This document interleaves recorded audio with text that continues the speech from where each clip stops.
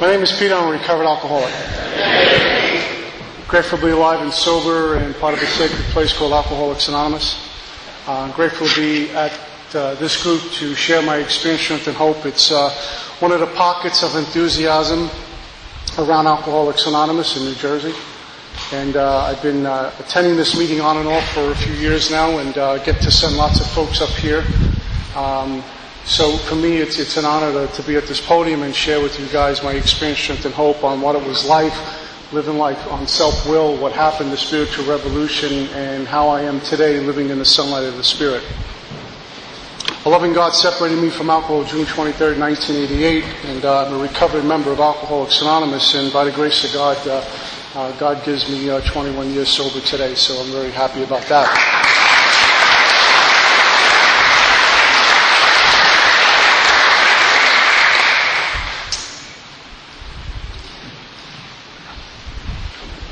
I don't wait for phone calls on my AA birthday and say, let's see who remembers me. But there were many. What I've been doing this week, especially today, was calling folks and thanking them for all that they've done for me. And with some of those folks, it went back to my first day of sobriety, June 23rd, 1988, and one of them was my dad, and I got to call my dad, and he knew I was calling, and he answered the phone with congratulations. And I got to have a talk with my dad and pretty much let him know in no uncertain terms that if it wasn't for what God gave him over and over and over again, that probably be visiting me at a cemetery somewhere. June 23rd, 1988, I was in serious trouble. And God gave my dad courage, strength, and direction, fortitude, and humility to continue to meet me where I was. And whether it was, asking me, don't, get out and don't come back anymore, or taking me back in and giving me money or denying me money, or whatever it might have been, it was all part of the process of connecting the dots and raising the bottom and allowing me to get to a place of surrendering, completely surrendering, without any reservations or a lurking notion on June 23rd, 1988. And I got to talk to my dad about that. And I got to call up my two younger brothers and thank them for all that they did when I was in the throes of addiction. And alcohol was the number one priority in my life, and I would go through anything, over anything, under anything, whatever it took to get to the next drink, because there was no power that was going to stop me until I got to God. And I knew nothing about God back then, and they worked with me and worked with me and worked with me. And I call some other folks in Alcoholics Anonymous who have been great teachers to me over the last 21 years and thank them for all that they've given me. And this I get moved to do really from a place of gratitude, because I hold on to my chair awfully tight nowadays, because I see what happens to people in Alcoholics Anonymous who come in here, sit down like us tonight, have a cup of tea with us, and then they leave and they don't come back. And I see people relapsing over and over and over again. And God gave me this miraculous gift called sobriety. And in sobriety, get to a place called recovered. I am more than grateful for this gift of sobriety, and still seek this power called God with the desperation of a drowning man. I know what the alternatives are. God has made that abundantly clear to me after 7 treatment centers and landing in Alcoholics Anonymous in 1988. Now, June 23rd, 1988, trust me, I was not planning on being a recovered member of Alcoholics Anonymous in the year 2009. Right? June 23rd, 1988, if I live to be 100, I'll never be as old as that day. I would have signed up for a night of sleep and no drink for one day. I was physically beaten down to about 140, 150 pounds. I was bleeding from places you shouldn't be bleeding from. I hadn't eaten I don't know how long. And I was living for the next drink, and I really prayed to die. My contact with any kind of God out there was just, why don't I just die and get this whole thing over with and save everyone a whole lot of misery? I was not thinking about getting even to another treatment center yet. I was not thinking about walking into the sacred rooms of Alcoholics Anonymous. And if you haven't found out that they're sacred yet, I hope you stick around to find out that the rooms of Alcoholics Anonymous are sacred rooms, sacred ground that we get to meet on. Because we get to see lives get reborn and resurrected in Alcoholics Anonymous. Right here in this meeting. Right here at my home group. Right here at many other groups who are talking about the solution from the big book, Alcoholics Anonymous. I was not thinking about that June 23rd, 1988. or getting to do some of the things I get to do. Just don't want to die. And something gave me some sort of clarity that the next drink was going to kill me, and I didn't want that first time. Still not thinking about coming to treatment or getting into Alcoholics Anonymous. If I can just put my head on a pillow and sleep tonight, because I was one of those guys who would drink and go on these drunks and just roam the streets. I was homeless. So I just roamed the streets until the sun came up and start all over again. Right? And go to any lengths for the price of a drink. And God interrupted my death June 23rd, 1988, and I remember making a plea. You know that deep down within, our book talks about conceding to our innermost self, where we're smashed with truth and there's no way around it. It shows up. We don't have to search for that truth. We don't have to search for that desperation. It just seems to show up. And in that place of complete desperation and degradation, suddenly God appears when the intent is pure of wanting to seek some help. And not help like, well, if I could just get a drink in me and then I can figure out how to stay sober, because I did that a long time.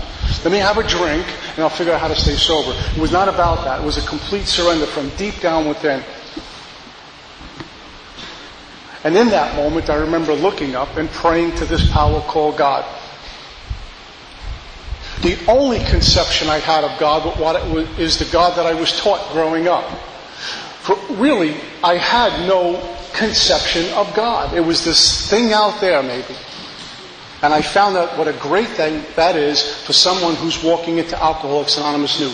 No conception of God. Because any conception that I show up to Alcoholics Anonymous is probably wrong. Because it's coming from the alcoholic mind. The mind is the main problem for someone like me. So I got this alcoholic mind that's giving me ideas of how God should be, how he should talk, how it should be. It's a male, it's a female, it looks this way, it sounds this way.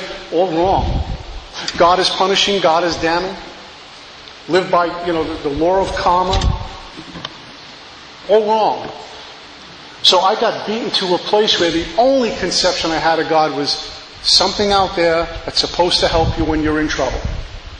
Basically, no conception.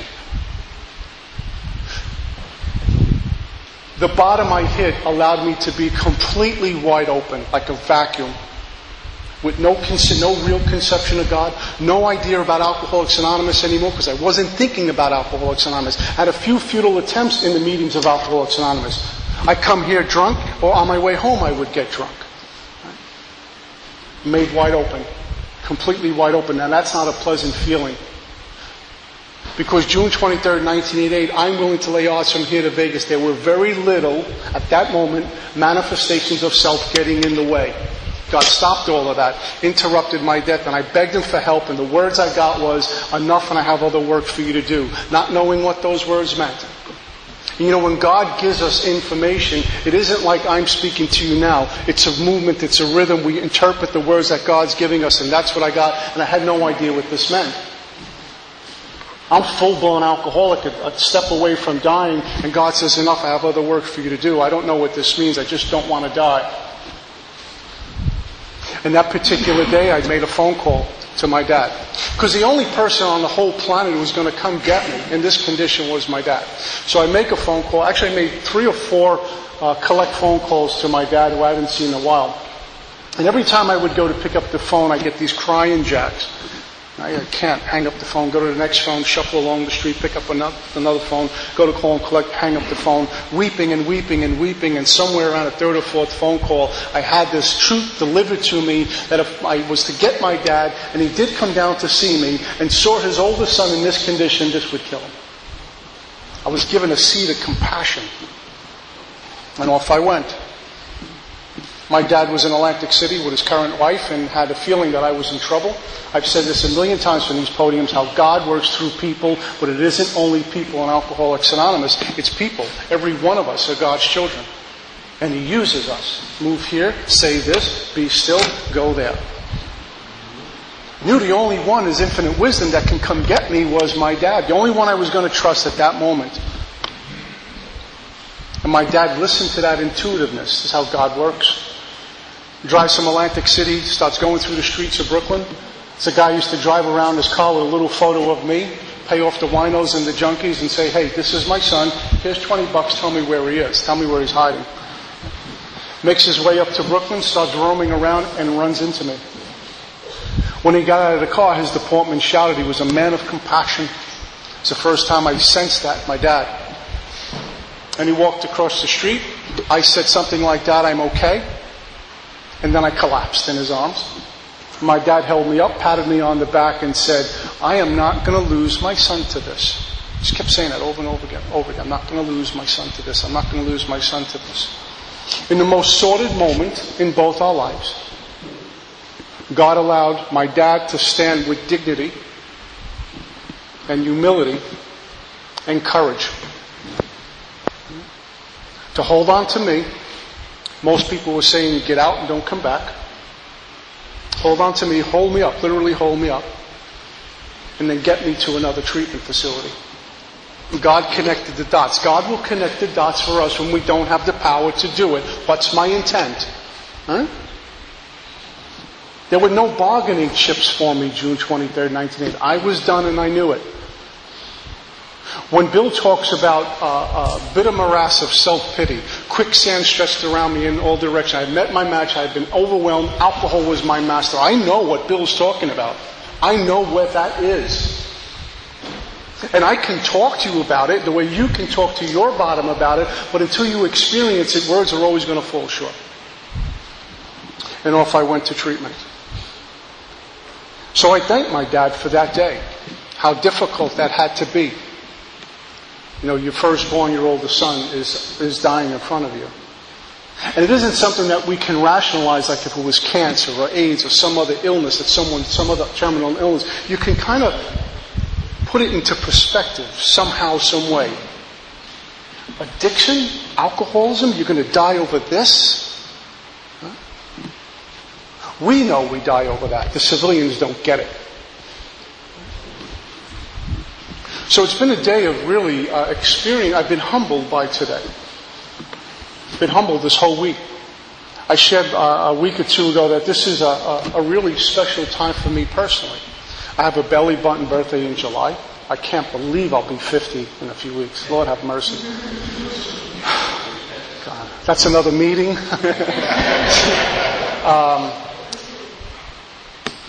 My home group celebrated 5 years a couple of weeks ago.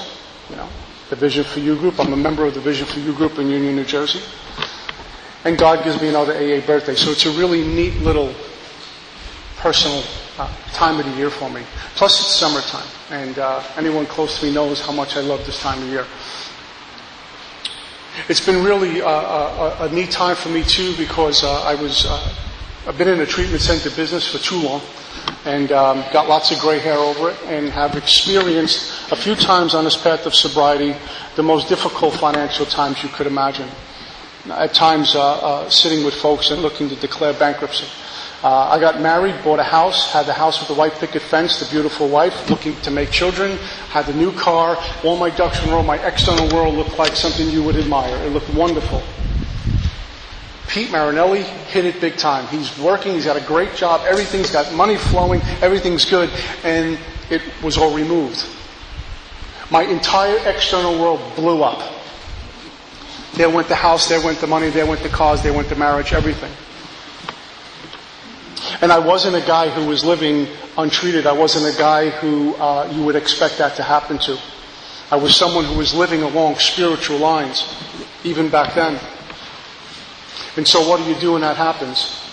Chop wood, carry water, turn back to this power. I bargain with God, I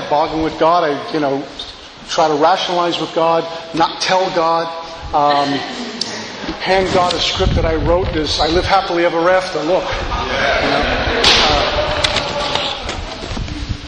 and a couple opportunities came down the pike for me, and God removed. And I kept telling God, "No, I like this opportunity. You can lead. I'll work with this." And God kept removing and removing and removing and removing. I couldn't understand why. Up until recently, chop wood, carry water, trying to make it. I had a vision of heading up a treatment center, not a place that was going to warehouse people, but a place that was going to help people get well. And the universe dropped that in my lap a few weeks ago. And it's a huge opportunity for me to take everything I've learned here and into my private life and help people get well. And I'm just so excited to be a part of like-minded folks. It's, for me, on a personal note, it's just a dream come true. So just when I thought I was out, God pulled me back in. There's times on this path where I was thinking God's not listening to me anymore. Hey, I'm praying, I'm writing inventory, I'm meditating, I'm doing all the things, the spiritual disciplines, the strict spiritual disciplines in 10 and 11, but I don't think God's listening to me anymore. No, God's always hearing me. Because when I meditate, God meditates with me, and when I pray, God prays with me. And when I chop wood and carry water, God does that with me. And I plow the field and wait for God to do the growing. God's always with me, never separateness, but always connectedness. There is no duality. And when thunderbolts hit, my mind tries to deny the existence of something greater, which is God. But I went through that. And at the end of the day, hit my knees and turned back to God, turned back to God, turned back to God. And He knew what He was doing. There were tremendous, painful, but tremendous lessons I've learned over the last several years. God made me right-sized and taught me how to live completely differently. Simple, easy life. And worshiping this power, whether I'm on my knees praying or sitting in meditation. Whether I'm out in the yard, tending to the plants in the backyard, taking my dog for a walk, spending time with my girlfriend, washing my car. I go with God in all that I do. Whether I'm working or playing, it all looks the same. For me, the word spirituality, we can beat that word to death. It's simply all love and no opposite. Carrying a vision of God's will into all my activities. Being very mindful, being very present, being very awake, being very much in this moment, in this now, with this breath. Not getting attached to what's going to happen an hour from now, or 2 days from now, or next week from now. It's going to happen. And worrying about it is not going to add a single day to my life. But what can I do right now, today, to make tomorrow that much better? Well, I can live in the sunlight of the Spirit and just seek this power and experience this power, or I can listen to my thinking mind, which is looking to wreck everything. My mind tells me where I'm supposed to live, the house I'm supposed to live in, the car I'm supposed to drive, how much money I should make, who I'm supposed to be with, right? What meeting I'm supposed to attend. And when I get to those places, then it tells me, no, we got something better for you. This is not good enough. It's never satisfied. It's compulsive and obsessive. Always attached to external conditions. Always attached to external conditions. Never ever an internal remedy will I get from my thinking mind. This is the culprit. If anyone's new here tonight or someone just relapsing, your thinking mind is your greatest enemy right now. Anything it says, seek counsel on. You know what I just said? Because it has one goal, to take me back to that which is killing me. And before I get loaded, it's going to wreak havoc in my life. It'll get me attached to external conditions. It'll get me attached to before us. It'll get me attached to later on. It'll deny the existence of something greater, which is God. It'll continue to wreak havoc, inner turmoil, dis-ease and dysfunction and inner security all the time. Fear-based and insecure, it has all the time to play with. It loves it. Yet when I experience this power called God by going through the 12 steps, I'm no longer feeling insecure. I'm feeling inner security. I'm still. I'm present. I'm awake. There's an abundance in that. A tremendous amount of abundance. And you don't have to tell anyone about it because they can see it coming out of you. You ooze God. It isn't until we get to our 11th step in the big book, Alcoholics Anonymous, that they talk about aligning our will with God. Where my thinking is cleared of wrong motives. My thought life's placed on a much higher plane. They got real clear. Let's keep this guy's mind way up here till we get to the 11th step. Anything prior to that is going to cause him a lot of damage. By the time we move through 1 through 9, cleans us out of all the obstacles, the contempt, the resentments, the sex inventory, fear, all of it gets cleared out of the way. We're left with what we were given at the very beginning, purity. Now, I think the 12 and 12, I could be wrong on this, talks about how we'll never be pure as the driven snow. Now, I'm going to challenge that. Because God created all of us. God created us pure as the driven snow. And when we get back to God, when we get right with God, that's exactly where we stand. And I don't care about the wreckage of our past, because once we clean it up, we stand present with God.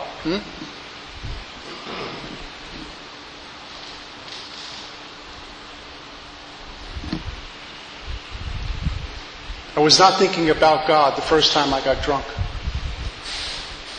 I was thinking about how can I get this disease and discomfort I'm experiencing away from me. I was driven by 100 forms of fear.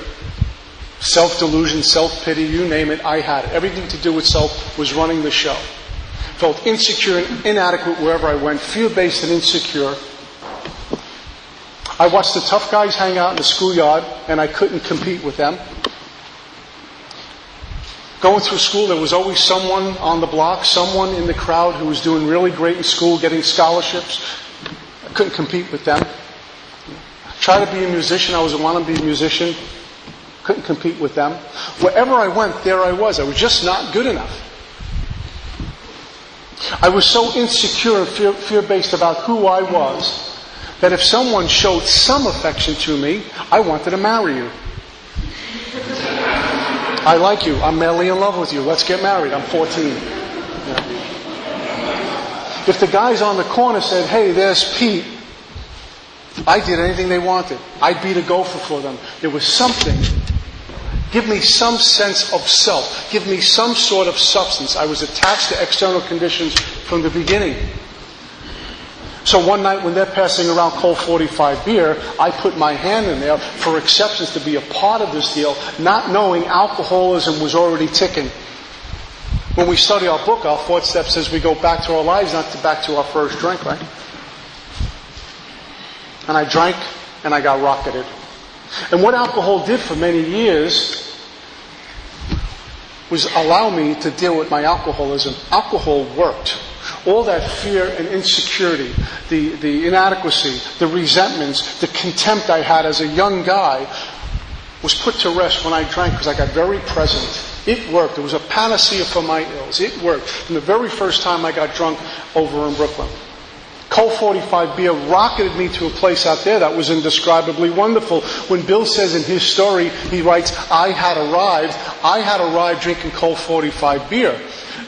That night I felt really good about me. I was not thinking about my mom who took her life about 6 months prior from this thing that we suffer from after experiencing incomprehensible demoralization over and over and over and over and over again.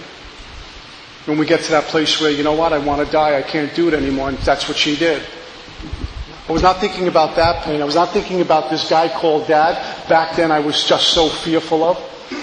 You know, tough guy, a street guy, he'd walk in the room and I'd go that way. That was all removed. Fear of police removed. Fear of talking to the girls removed. Fear of hanging out with the guys removed. As I continued to drink, I was able to talk to the girls, hang out with the guys, and be a part of life at last. I was present to the moment. I was not thinking about yet, later on, and I wasn't focused in on what happened an hour ago. I'm drinking. This is great. The greatest guys in the world. I have arrived. My hero that summer went from Mickey Mantle to Keith Richards, so that was not a good thing.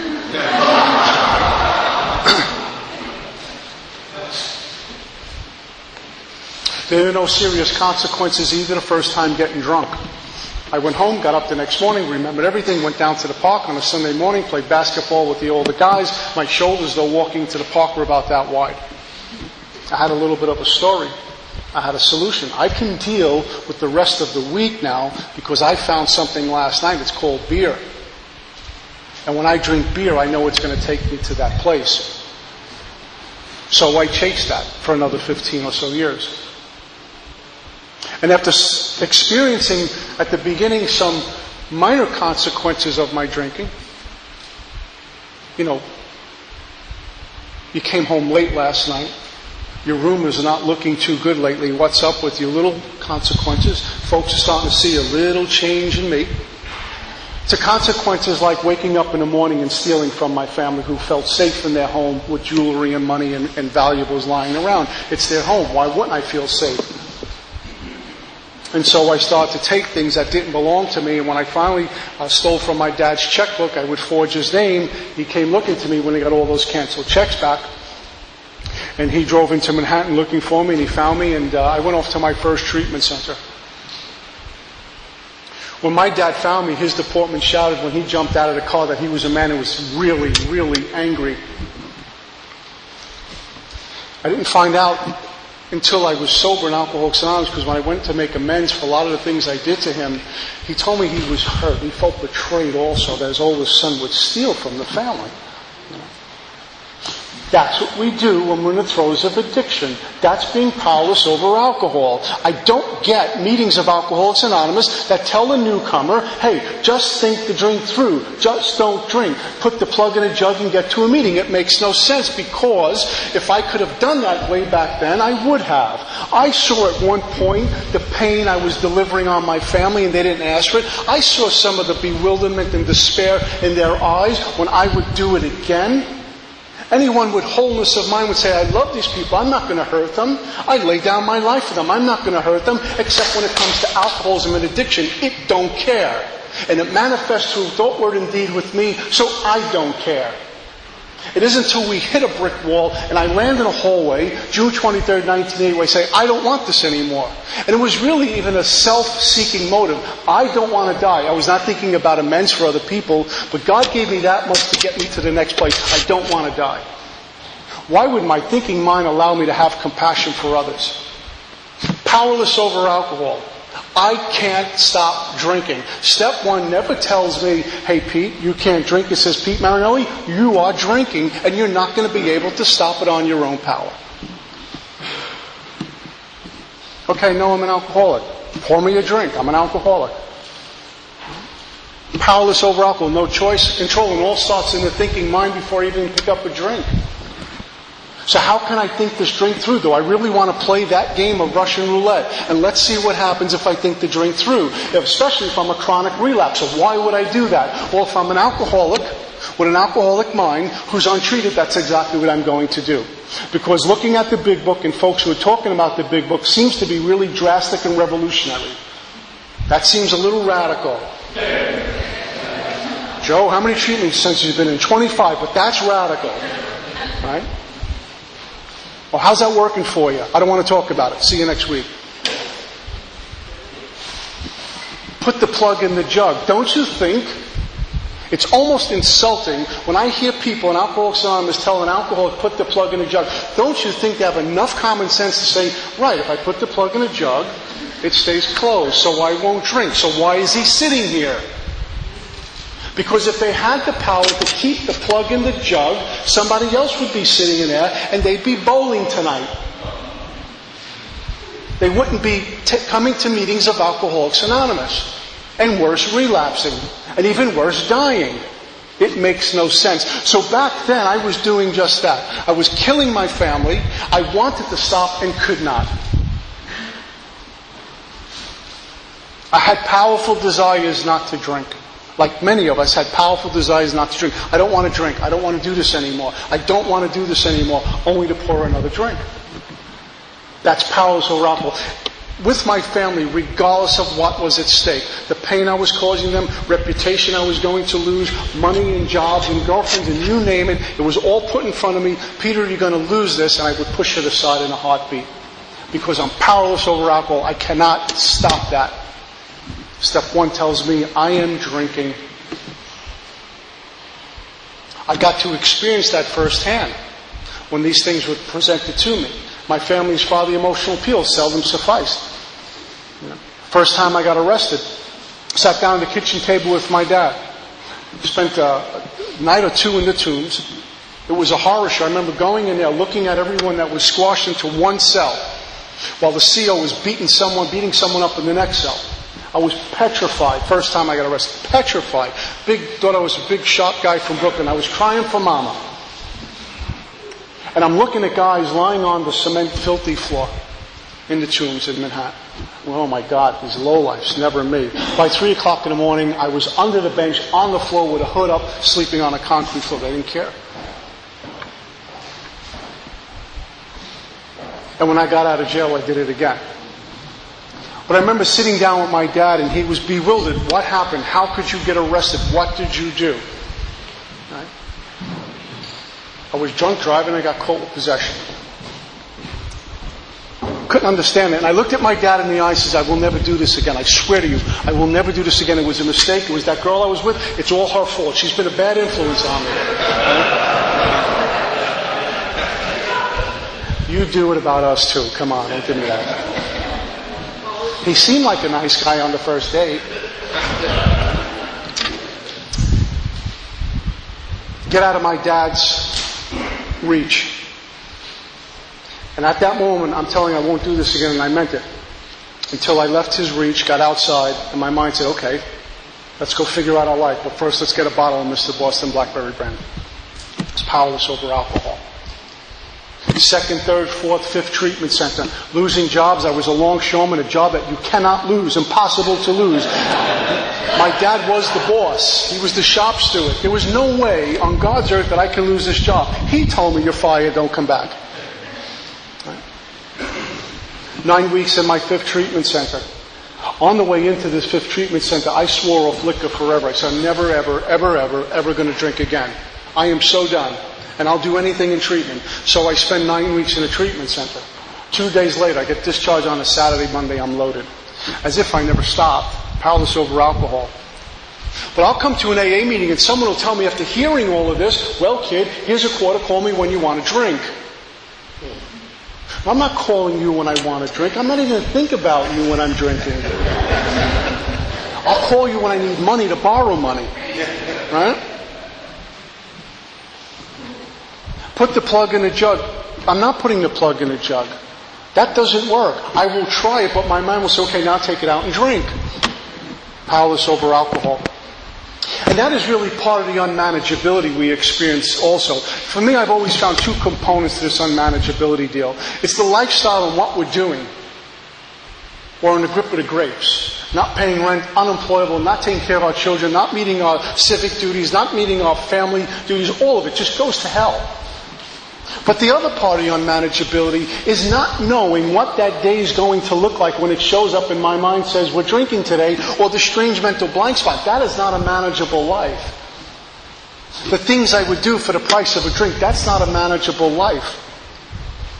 Thinking I'm involved in my last drunk, that's delusion. That's not a manageable life.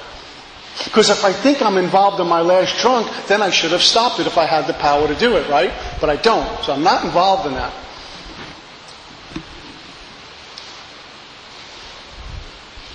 Swearing off liquor forever with a solemn oath, only to get drunk an hour later, that's unmanageability. Fred talks about it in the Big Book. It was the end of a perfect day, not a cloud on the horizon. We've had days like that, where for some reason, everything's clicking. Our life is going to hell, but this one particular day, everything seems to just be clicking. Even somehow make a few bucks. I got drinking money. And the mind takes us right back to where we were, right before all this happened, and it all blows up on us again. What is the solution? I'm painted into a corner. I'm backed into a corner by this thing called alcoholism. What is the solution? Well, getting to a meeting of Alcoholics Anonymous is a start.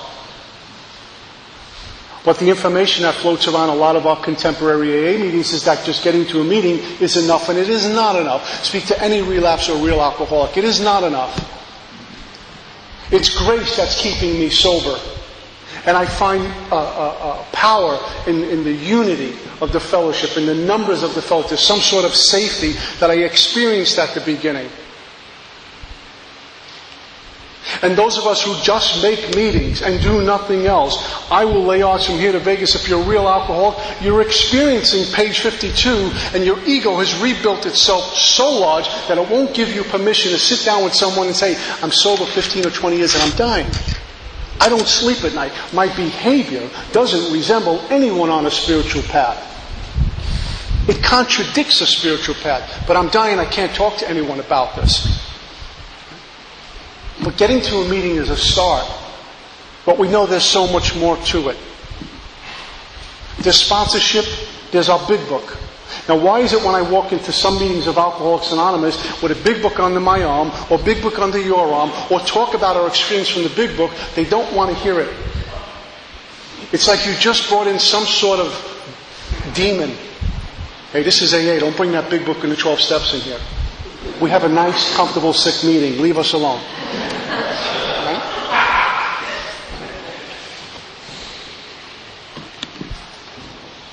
But the remedy for alcoholism is 12 simple steps, spiritual laws.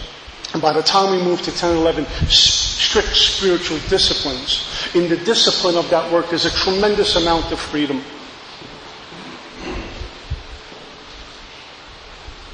Where self gets removed and I experience oneness and abundance with God, and I'm not trying to be an impression of who I think I'm supposed to be anymore because self has died, but rather an expression of what God is. A spiritual being, I heard it best, having this human experience, moving from moment to moment to moment.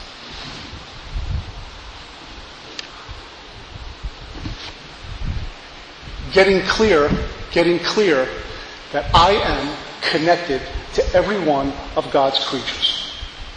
Every one of God's creatures. Every one. Every meeting, every civilian, the birds that fly in my backyard, the squirrels that do their deal in my backyard, everything. Every one of God's creations I am connected to, we are connected to. Get really clear on that. And suddenly, a new universe opens up. A greater level of consciousness I'm exposed to, I'm experiencing. I'm not living with laws of the human condition anymore. No longer living with laws of human consciousness, but one with laws of God consciousness. It's completely different. There's a tremendous amount of freedom in that, even when the thunderbolts hit. Okay, back to God, Father, what do I do? Back to God, Father, what do I do? Very simple remedy. Chop wood, carry water. I don't need to fix anything sometimes either. Today's solutions usually turn out to be tomorrow's problems, right? So I just get still. And over the last 21 years, I've experienced incredible joys. See, I'm telling the truth. Either that or I'm lying, I don't know.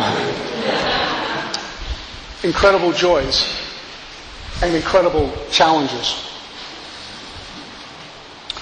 And never, ever, ever did my mind say, have a drink, celebrate the joys, wash the night away, this is too painful. Never the drink thoughts, the drink signals, the drink, nothing. That's God. That's grace. That's surrendering to this work and being made new from within. Our book talks about reborn. Recreate. God takes the condition I was in, dismantles it through the work. And what emerges is this person that He created at the beginning. Purity, deep down within. And when I screw up and I make mistakes, it's because I fell asleep for a little while. I went to sleep. Spiritually went to sleep for a few minutes. And I'll get irritable, I'll get fearful, I'll get angry. Then you write inventory, and as you're writing inventory, you say, well, what was this about? I have some amends to make, and we're back. That's a big difference than living this path, sound asleep. Part of my journey in over the last 21 years is not only having, for me, the greatest teachers put in my path. I could never have selected the teachers that God gave me. On my best day, one after the other, they kept showing up. And some of those teachers passed my life for just a short time. Some of them I've had long relationships with in the form of sponsors and teachers and mentors and elder statesmen. Spiritual mentors to me. And I've sought outside folks on the spiritual path and studied lots of literature outside of Alcoholics Anonymous along with, never instead of. But my greatest spiritual teachers have been members of Alcoholics Anonymous who hit a wall, get sober, and experience the glory of God.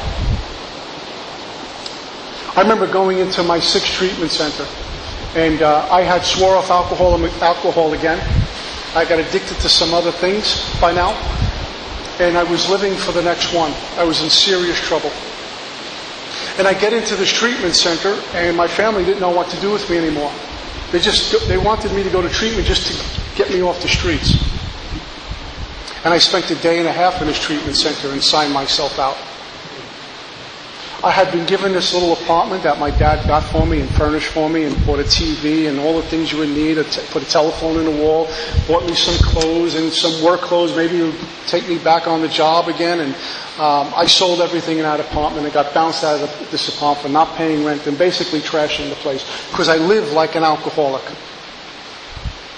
Cleaning the apartment and bathing was the last thing on my mind. Drink was always the number one priority for me. So I get into the 6th treatment center, a day and a half. I couldn't take being confined without a drink. The thought of thinking about not drinking forever frightened me to death.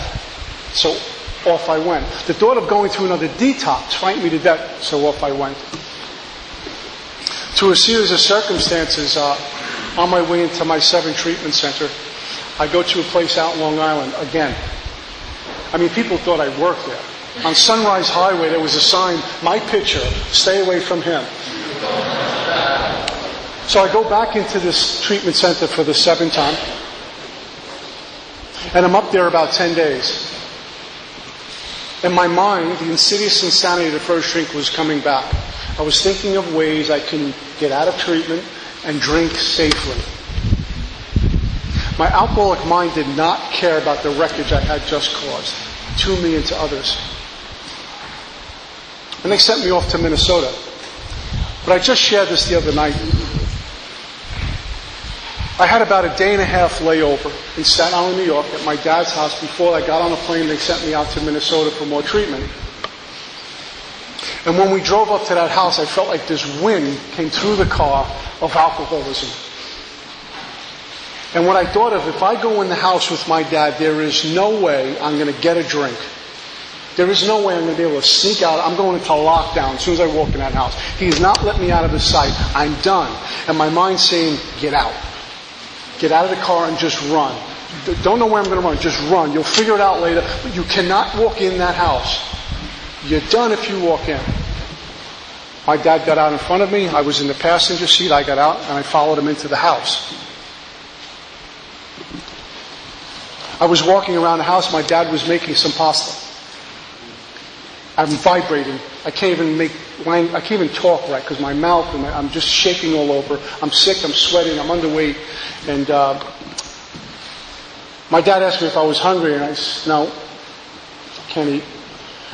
And then he asked me, he used to call, when you start getting that thing where you want to drink, when you had sessions on you, my dad called it the itch. And he looked at me and says, you got the itch? Now, in the past, I would have covered up and said, no, I'm fine, got everything under control while I'm plotting to get out. And what came out of my mouth was, yeah, I'm not feeling real good. And my dad took me out on the back porch in his house, and we sat down, and he's a civilian. But he did the best he could. Some comfort, some understanding, some compassion. And out of that, getting the dots connected, I got a thought of what they had told me in the treatment center right before I left. If you feel uncomfortable, call us. We know you're going home. You'll be leaving for Minnesota in a couple of days. Keep in contact with us. Something to that effect. He says, Dad, I'm going to call the hospital. And I got this woman counselor on the phone. I wish I remember her name, but I can't.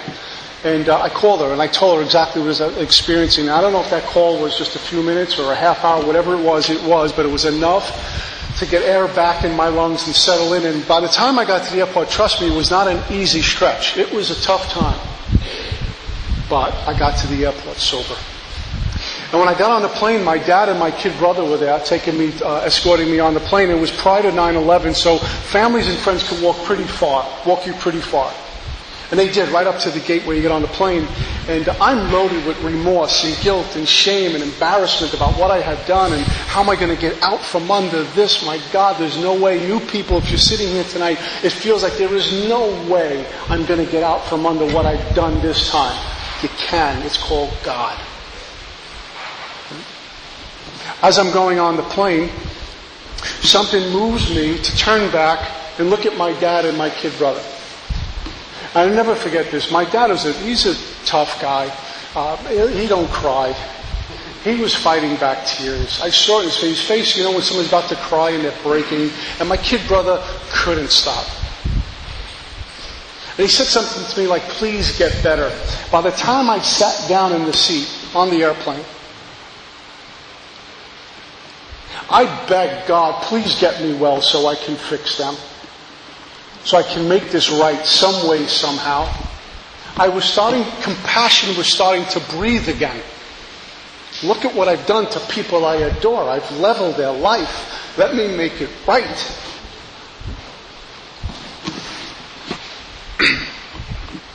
God heard my prayers, as He did June 23rd, and always He did get me getting on the plane. My sincere attempt.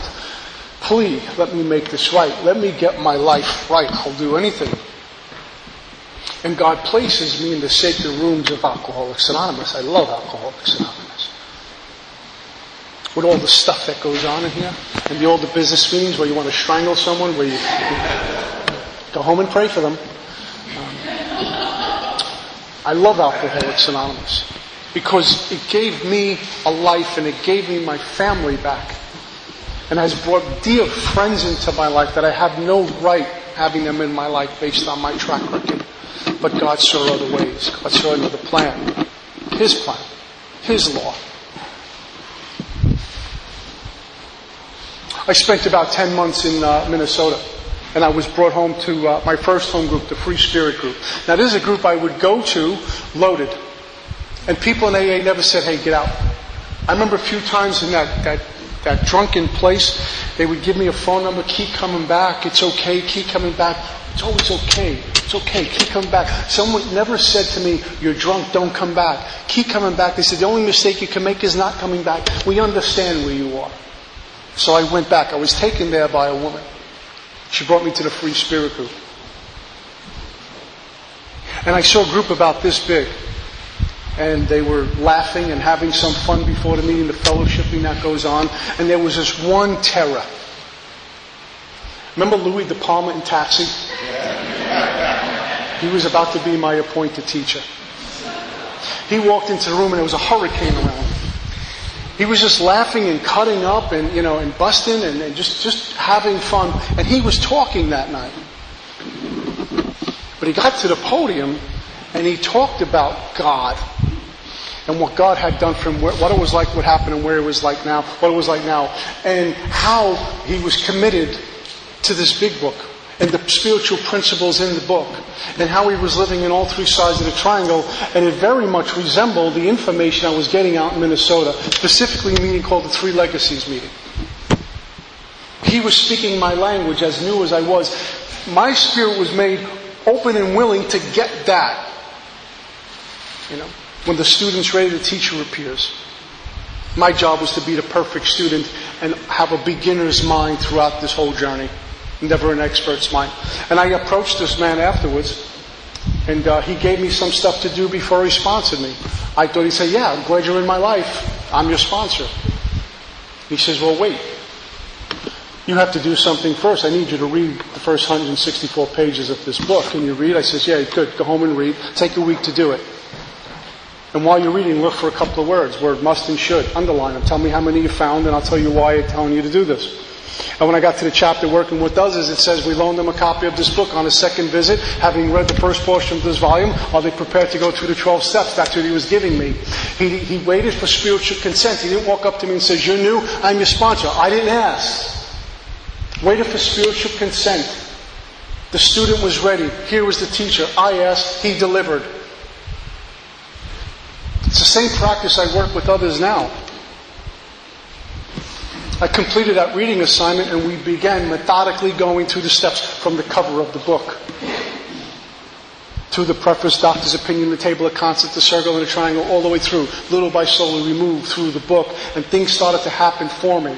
Like that dis-ease and discomfort, I woke up one day to, I haven't been feeling uncomfortable or with any kind of dis-ease within me. In fact, I'm feeling okay. There was evidence one time I was watching a ball game.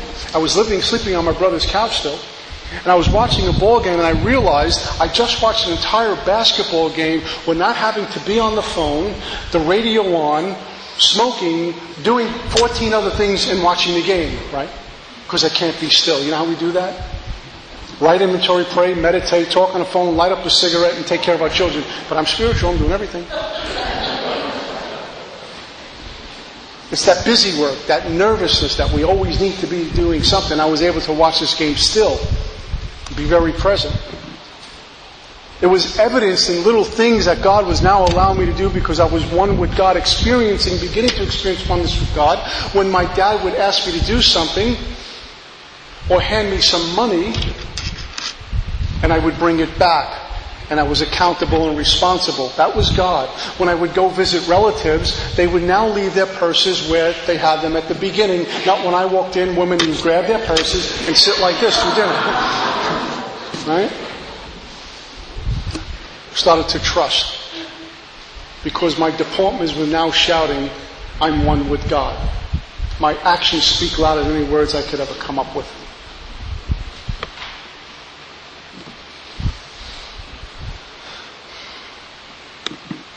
I get to pray.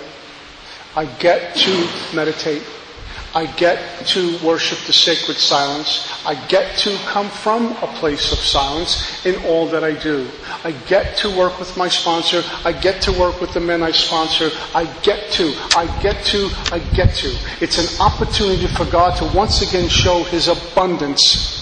I get to come here and speak. I get to get delayed at airports with Chris all the time. We're waiting for a layover. Our flight's canceled. What are we going to do? We get to do that because we know what the alternatives are. Get to. And when this talk is done, I'll get to go home. And I'll get to have dinner. I'll close up my night with prayer, meditation, some inventory. And tomorrow, God wants me up. I'll get to experience another day. That family that was shattered by addiction, by alcoholism. First through the experiencing what we went through with my mom, and then me picking up where she pretty much left off. My family was shattered. Well, this very same sick person who leveled everything has the spiritual experience and now spiritually fit. We go back into our homes, occupations, and affairs and live this life. At first we're outside the bubble. We're watching, outside the circle, watching what's going on, remembering I have to practice these principles, I have to call my sponsor. And then we become part of that, becomes part of our beingness, and we get to do this. No one has to remind us. That's what took place in my family. That family that was shattered has now been put back together, little by slowly, completing the circle. Another circle in our life completed. Most of us go through life with these broken circles, these shattered circles of unresolved resentments with people. We don't talk to them. Fears with people, never resolved. And what this work, what God allows us to do, is make right, make amends, live according to His will for us, and little by slowly, the circles get put back together. Everything's made whole. Whether we see these people in our lives or we don't, it's made whole, it's resolved. And suddenly, I'm very present. I'm not looking back. I'm not worried about what's down the road. Very present, here I am, mindful, with the breath that God gives me. And then I get to know I'm not only the breath, but that which is behind the breath. That gives me the breath.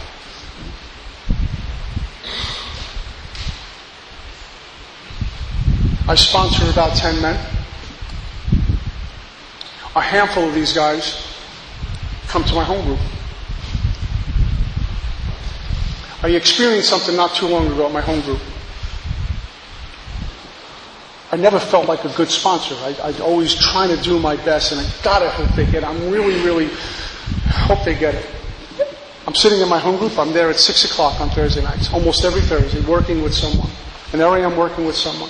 And about 4 of them walked in at once, right after one after another. And I remember the condition that they showed up to the Vision for You group. How they sounded, how they were thinking, how they looked. And they walked in. Good standing members of Alcoholics Anonymous. They looked like they were recovered. They had respect for Alcoholics Anonymous. They weren't coming to our meeting dressed like they were about to go commit a felony after the meeting. They gave the meeting its respect. And when they get to the podium, they dress. I looked at this and I says, thank you, God. Look at this miracle in front of me, because just a few months ago, these guys were in serious trouble. And I sat back with a spirit of gratitude. Thank you, Father. 4 people are going to take that into their homes, their occupations and affairs. Some of them are going to have their sons back. Some of them are going to have a dad back. Some of them are going to have a husband back. The family member is back with this.